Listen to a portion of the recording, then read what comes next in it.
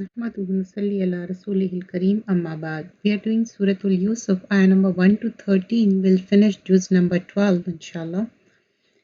In the Surah Yusuf, the surah was revealed during the last stage of Prophet Sallallahu Alaihi Wasallam residing in Makkah. So this surah, will see the little bit detail about Suratul Yusuf, and this surah is another Makki surah. It has 111 ayahs. So here it was the time when the Quraysh were considering the question of killing, exiling, or imprisonment.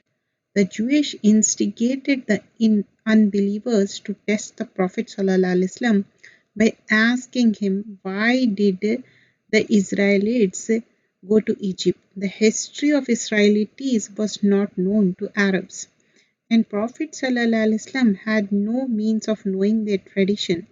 Therefore, they thought that the Prophet ﷺ would not be able to give the satisfactory answer and would be totally exposed. But contrary to their expectation, the tables were turned on them. When Allah subhanahu wa ta'ala revealed the whole story of Prophet Yusuf al-Islam, and then to tell their astonishment, Prophet sallallahu alaihi wasallam recited to them on the spot. This put the Quraysh in very awkward position, because it's not only ruined their scheme but also warned them by applying the example of Yusuf al-Islam brothers to cause, as if to say, as you are behaving towards this prophet exactly in the same way brothers of Prophet Yusuf al-Islam behave towards him. Therefore, you should expect to meet with the same end. That was the thing mentioned. And what was the major issues in this? All Rasuls are human beings. Yusuf al-Islam prayed to live and die as a Muslim. That dua will see. The faith of Prophet Yusuf al-Islam, Ibrahim al-Islam, Ishaq, Yaqub was same as that of Prophet sallallahu alaihi wasallam. Invited to the people to the oneness of Allah, and Prophet Muhammad sallallahu alaihi wasallam is messenger. Character molded by Islam based on worshipping Allah alone. It is made clear that whatever Allah wills will happen, and no one can defeat His plan. Believers are advised to exert their efforts towards the truth. Allah taught the believers through this story. Moreover, the revelation of the surah accomplished the following two objectives. First, to provide the proof of Muhammad sallallahu alaihi wasallam as prophethood, and his knowledge was not based on mere hearsay. Second, it was applied the theme of the story to Quraysh and warned them that ultimately the conflict between them and Prophet sallallahu alaihi wasallam would end in his victory over them. It was stated in the verse 7, indeed they are the signs in the story of Yusuf and brother for inquirers from among the Quraysh. This was the thing mentioned. So we'll start the surah. Surah starts with Alif Lam Ra, Huruf-e Muqattat, and these are the verses of clear book. Indeed, we have sent it down as an Arabic Quran that you might understand. Excuse me. Ayah number 3, we relate to you, O Prophet Sallallahu Alaihi Wasallam, the best of the stories, in what we have revealed to you of this Quran, although you were before it among the unaware. So over here, the best story is going to be mentioned, and that is the story of Yusuf al-Islam. And Allah said you were unaware of it before, because we learned that on the suggestion of Jews, that Mushrikeen of Makkah, they asked Prophet sallallahu alaihi wasallam about Yusuf al-Islam, because the Arabs did not know about Yusuf al-Islam at all. They did not know about Yusuf al-Islam. There was no mention of the Yusuf al-Islam in their story and tradition, in their culture. There was no mention at all. So the Jews said that if he tells you about Yusuf, then we will see what he says. And if what he says confirms to what we believe about Yusuf al-Islam, then he must be a true prophet, as if like, they were checking him. If he doesn't, then his lie will be exposed. So what happened? They asked Yusuf al-Islam, and Allah revealed the entire story of Yusuf al-Islam in great detail. Through the story, he taught indirectly that what are you doing to your brother Muhammad sallallahu alaihi wasallam. Look at what the brothers of the Yusuf al-Islam did to them. Aren't you doing the same thing similar?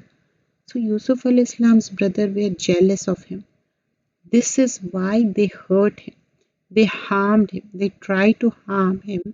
But Allah subhanahu wa ta'ala brought about good from that very thing through which they wanted to harm Yusuf al-Islam. So the mushrikeen are being told that, look, you are also just envious of Rasulullah sallallahu alaihi wasallam because you know he is a prophet, you recognize him to be a prophet.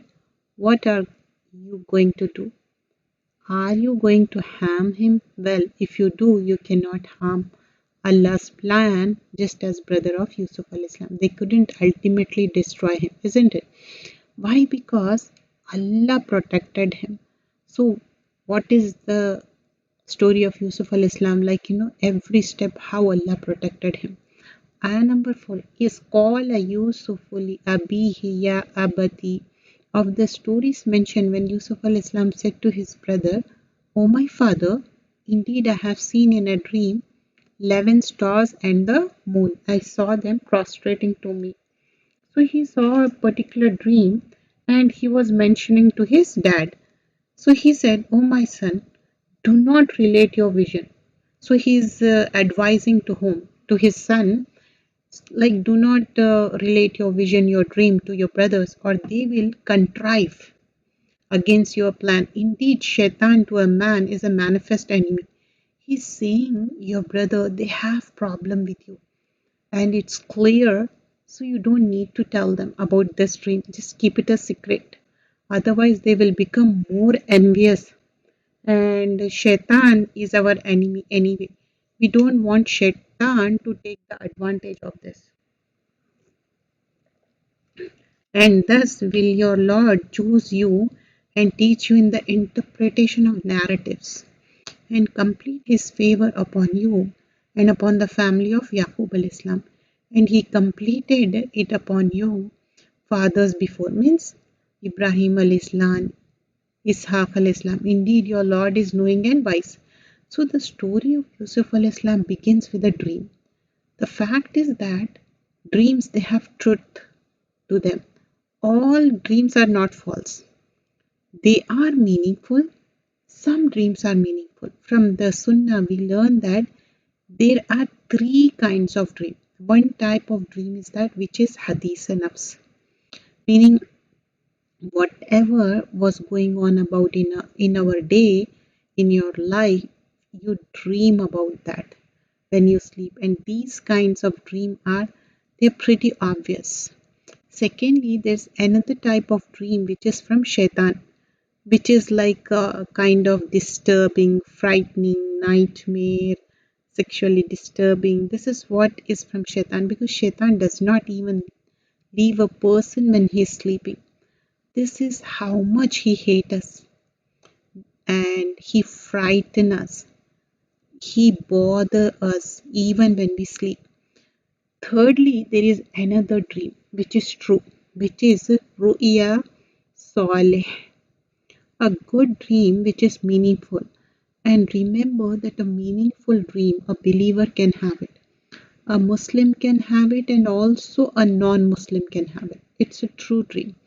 And what is the purpose of that dream? It's basically to direct us to a better course of action. It's like preparing us for what is to come, so that we think about our situation and we take whatever comes our way consciously, properly, so that we can make the most of the situation that Allah subhanahu wa ta'ala put us in. So over here, Yusuf al-Islam has a dream, and his father tells him that, look, that Allah is going to choose you. If sun and moon are doing sajda to you, prostrating to you, Allah is going to choose you. He is going to give you a special favor. What it is, Allahu Alam. But we will see what happened. So here, Yaqub al-Islam is also a prophet, but he said Allah will protect you, and there is something. And in ayah number 7, Surah Al-Yusuf, we are doing this 12. لَقَدْ كَانَ فِي يُوسُفَ بِإِخْوَتِهِ آيَاتٌ لِلسَّائِلِينَ. Certainly were there in Yusuf and his brothers signs for those who ask. Who are asking? Mushrikin Makkah. You see, the problem of brothers of Yusuf al-Islam was jealousy. Jealous of Yusuf al-Islam, and Makkah of Mushrikin Makkah were also jealous of Prophet sallallahu alaihi wasallam.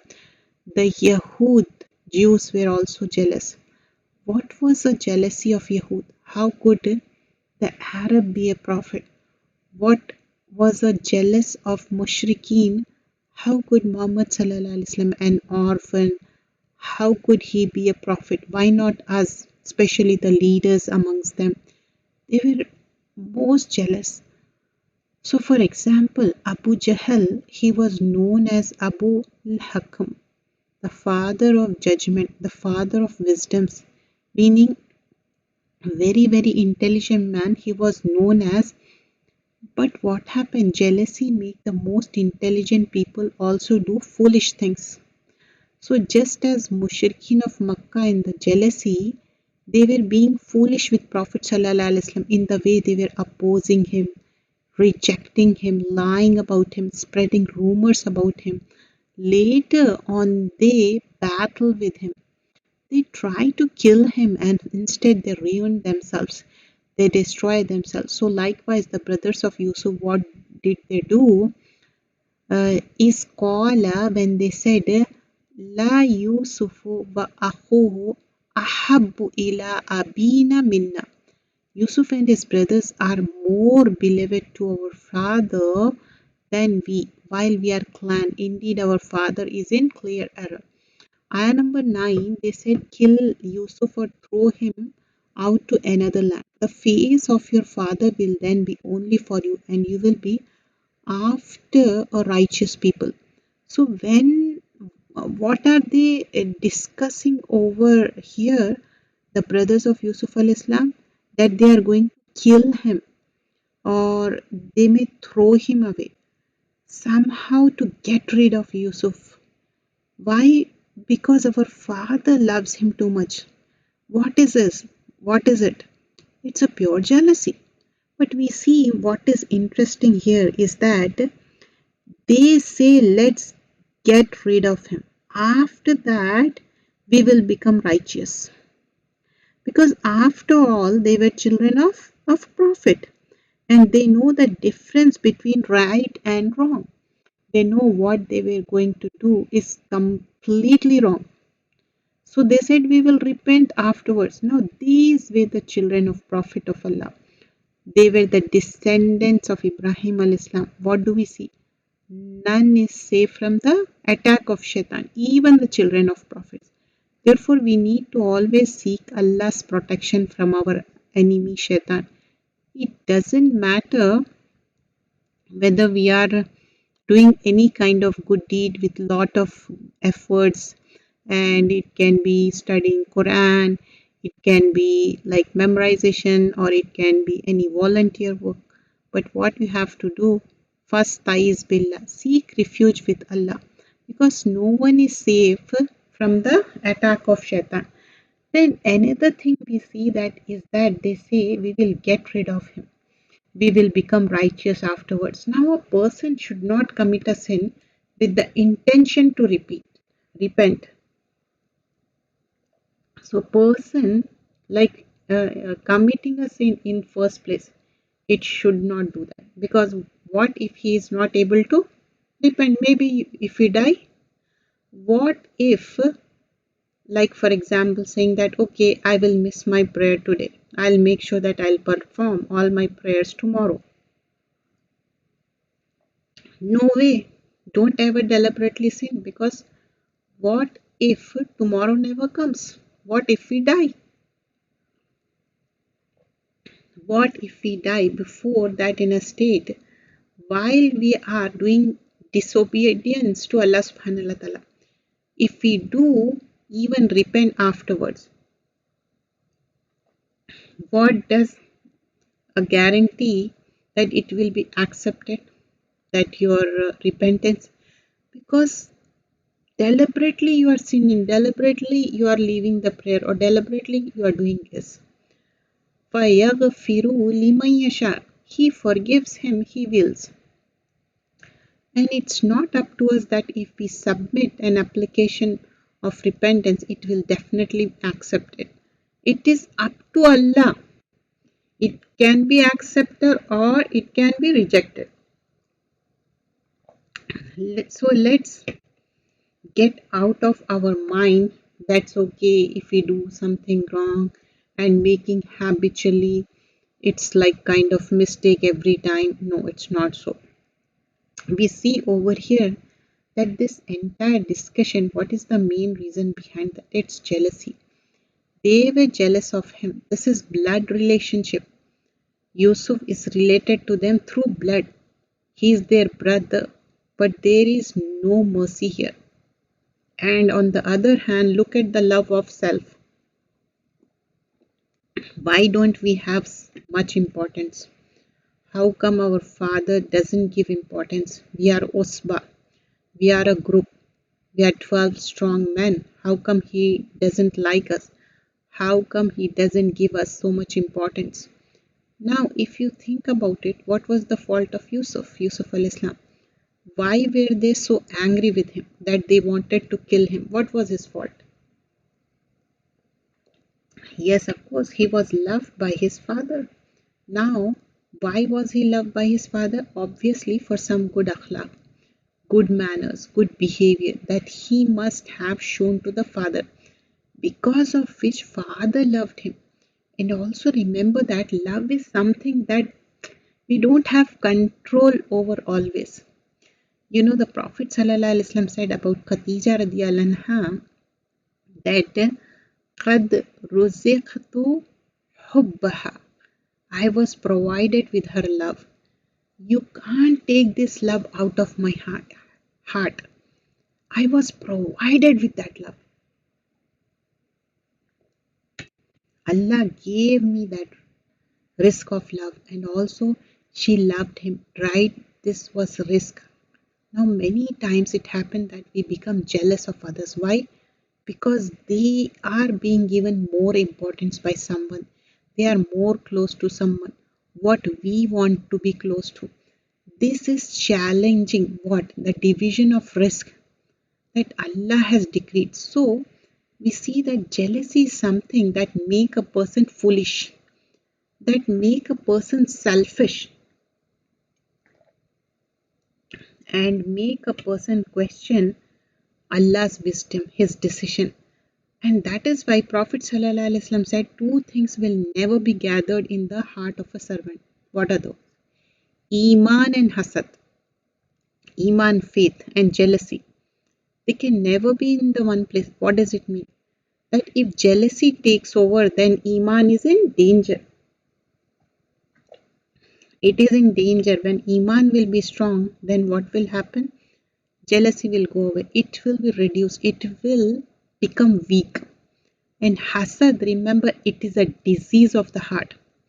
Prophet ﷺ said, the disease of the nation before you is creeping towards you, envy, hatred. It is the halika. It is a destroyer. Jealousy and hatred, it's a halika. He ﷺ said, I do not speak of what cuts the hair, because halika is that which shaves the hair. He says that I'm not talking about that. I'm talking about jealousy that will serve, that will shave off thee. Because it happens when a person becomes jealous that he makes foolish decisions, the most foolish decisions. What's the cure? What is the cure if we find ourselves uncomfortable knowing that someone is more beloved to another than us, or someone has been given an opportunity that we have not been given, Or someone has been given a skill that we have not been given. Someone has given money, spouse, children, lifestyle, whatever it may be. We don't have it still. These things led to jealousy. So, how to cure this? First of all, remember nothing happens except by Allah's will. He decided, He decreed His decision. Raditu billahi rabbam. I am pleased with Allah as my Lord. This is the key thing. So, the more a person strengthens the Iman, faith towards Allah subhanahu wa ta'ala, any kind of jealousy or anything will not weak your heart. Then also remember to have a greater purpose in life.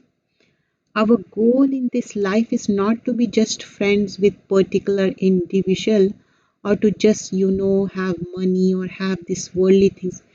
There is a greater purpose to life than just having these things. And Prophet Sallallahu Alaihi Wasallam, remember, he warned that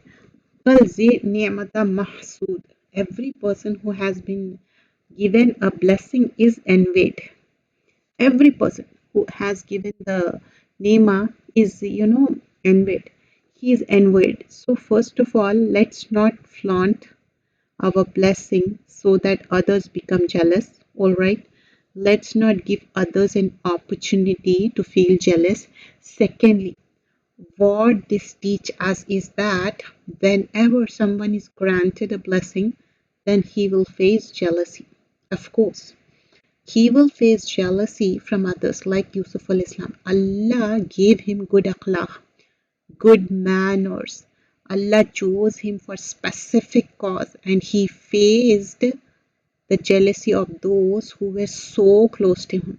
His own brothers, it hurts. But when people are jealous of you, then realize that you have been given a treasure. So be grateful for that. قَالَ قَائِلٌ مِّنْهُمْ, said a speaker among them. This is in ayah number 10, Surah Al-Yusuf, just 12. And who was this? The eldest of those brothers. He said, do not kill Yusuf, but throw him into the bottom of the well. Some travelers will pick up if you would do something. They said, O our father, why do you not entrust with us with Yusuf while indeed we are to him sincere counselors? You see, someone who is sincere does not need to say that he or she is a sincere again and again. Ayah number 12 to 14, they said, send him with us tomorrow, that he may eat well and play, and indeed he will be his guardians. So you are depriving him. Let him go with us. Let him have fun. So Yaqub alayhi salam said, indeed, it saddened me that you should take him. And I fear that a wolf would eat him while you are of him unaware. It is as if making an excuse here because a wolf cannot eat a boy, all right? It can kill maybe a boy but cannot eat a boy. So Yaqub al-Islam as if making an excuse here, and then we will see what happens. Ayah number 14, Surah Al-Yusuf. They said if a wolf would eat him while we are a strong clan, Usba. They keep on saying this because they are proud of their Usba clan. Indeed, we would then be losers. So they are trying and lying to their father. They are deceiving his own father. You see, lying is something that is very, very dangerous because wrong cannot be done except with the help of lying. So we see they are lying here. Prophet ﷺ said, Hadith, whoever does not give a false statement, evil deeds, speaking bad words to others, then Allah is not in need of his fasting. So Allah is not in need of his fasting. So the worship of the liars is not accepted. The person who lies, his ibadah is not accepted. Prophet ﷺ said, lying and truthfulness cannot be together in one place. In another hadith we learn, there is no sin for which the punishment is hastened for the perpetrator in this world before what is stored for him in the hereafter, other than severing relationship. khayana and lying.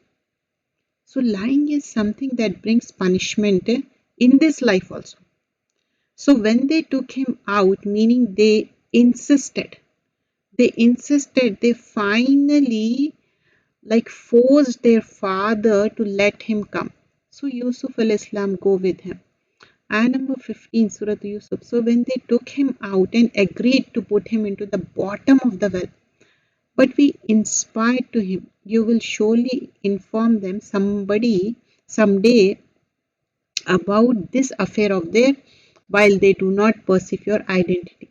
So this is sabr.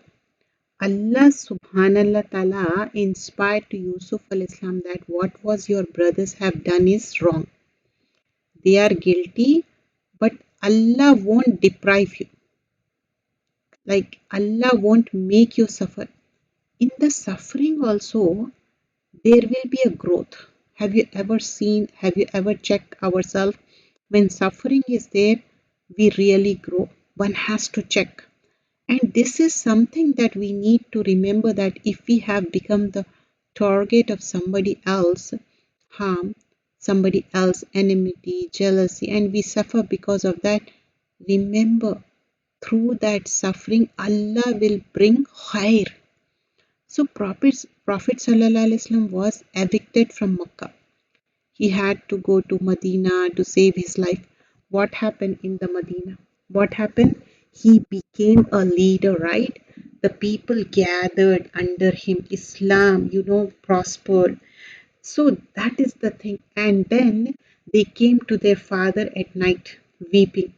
Look at the way they are doing it. They said, "Oh, our father, indeed we went racing each other, left Yusuf with our possessions, and a wolf ate him." See the excuse they came up. They used the exact same excuse. But you would not believe us. They're saying this also. Even if we were truthful, again they are lying, lying and lying. Ayah number 18, and they brought upon his shirt false blood. You see, lie upon lie. Yaqub al-Islam said, rather your souls have enticed you to something, so patience is most fitting. And Allah is the one sought for help against that which you describe. Because the thing is that when somebody is lying to you and you know they are lying, what can you do?